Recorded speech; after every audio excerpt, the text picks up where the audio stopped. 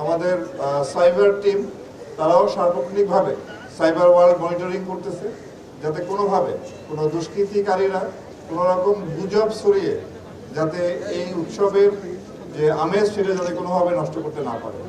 আমি আপনাদের মাধ্যমে দেশবাসীকে অনুরোধ করব যে আপনারা দয়া করে কোনো প্রকার কোনো গুজবে কান দিবেন না।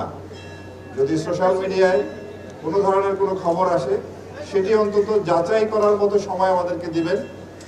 যদি ওই খবর মিথ্যা হয় তবে ওই গুজবকারীর বিরুদ্ধে আমরা ব্যবস্থা নেব। আর যদি সত্যি সত্যি কোনো ঘটনা সোশ্যাল মিডিয়ায় আসে যা সত্যতা আছে সেটাও আমরা অনুসন্ধান করে ওর বিরুদ্ধে আইনানুগ ব্যবস্থা গ্রহণ করব। সুতরাং এই গুজবকারীরা যাতে কোনোভাবেই সফল না হয় সেদিকে আমাদের সতর্ক থাকতে হবে।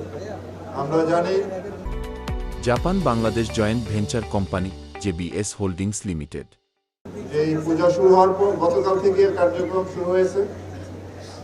আমরা এই পর্যন্ত সারা দেশে বিচ্ছিন্ন কিছু ঘটনা ঘটেছে এবং প্রতিটা ঘটনায় আমরা আইনানুগ ব্যবস্থা নিয়েছি।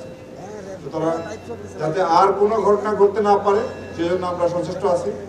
আমি পূজা উদযাপন কমিটির সমস্ত মণ্ডপের সভাপতি সেক্রেটারি সহ যারা আছেন তাদেরকে অনুরোধ করব আপনারা সার্বক্ষণিকভাবে ভলান্টিয়ার রাখবেন, দিনরাত 24 ঘন্টায় যাতে এই ভলান্টিয়াররা সেখানে কর্মরত থাকে।